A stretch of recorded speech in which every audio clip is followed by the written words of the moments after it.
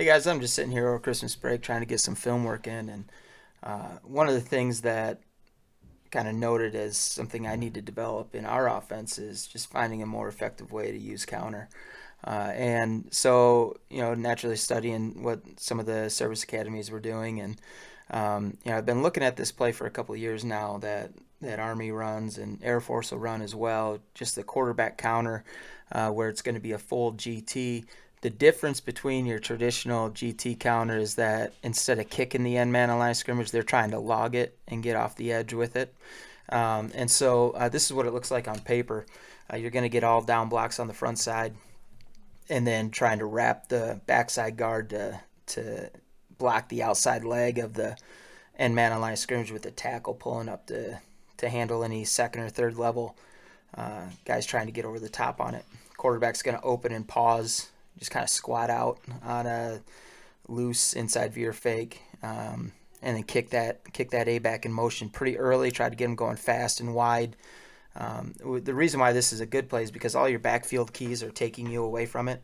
Where in other counters and counters that we've run in our offense, there's going to be a tell whether it's the A back or the B back. Somebody's going to tell you that it's going back, and so putting it on line keys, because I think a lot of people are starting to read backfield against the flex bone. Really can do a lot to help you out. There is a key problem with this play though, and that's all about this end man on line of scrimmage, because he can screw the play up by not squeezing. If he's up the field at all or he tries to stretch it, it makes it a very difficult block for that guard, because the guard is already at a disadvantaged position, and now with that guy being loose or soft, it makes it troublesome. So I just got a couple film clips to see. You'll see the good one here from Army. I think this was in 2019, so they're going to be running it up top. You see they end up getting pretty good yards. Everybody on the backside of the defense is folding in hard. They're in that tower front, 5-2 tower. You can see the tower backer sees it, but he's late and the tackle's able to get a piece of him. It ends up being a pretty good play for him. Here you can see it from the backside. So you're going to get these three guys here washing back.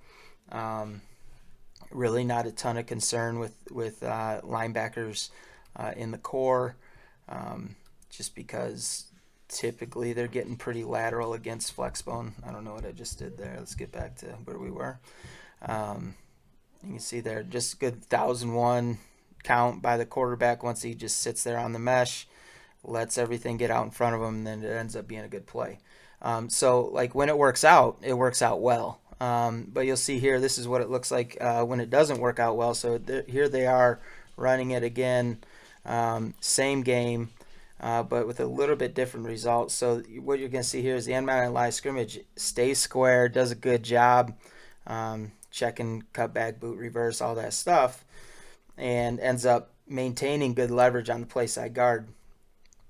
So much so that the backside guard, and so much so that guard ends up getting called for a hold there, and the play gets brought back. And so, this has been the one thing that's kind of kept me from fully committing to this play, is just what the heck do you do with that backside end?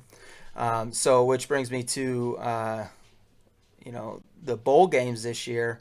Air Force playing Baylor. They ran the same play, but they had a little bit different twist on it. So they changed up personnel, took out a receiver, added an extra tackle, and got into this unbalanced front, which gave them, forced Baylor to kick the front to the three-man surface there. And to the left, they had their receiver or tight end in a flex position, not aligned as a tight end. He's up in a 2-point, just enough to get leverage on that backside outside linebacker.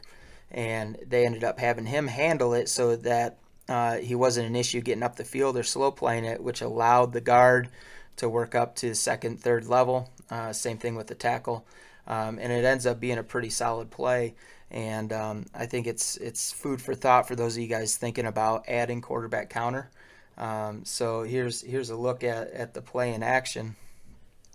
So here you are. You see, this is that sub tackle, extra offensive lineman in the game.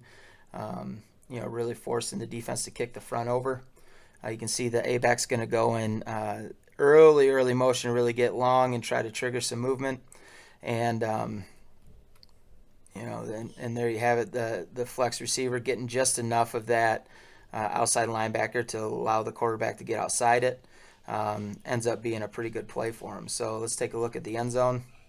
Um, Key thing here, the over tackle cuts his split enough to allow him to cut off this 5 technique and freeze it up there, and ends up being a pretty dang good play. So, like I said, food for thought for those of you guys thinking about adding quarterback counter.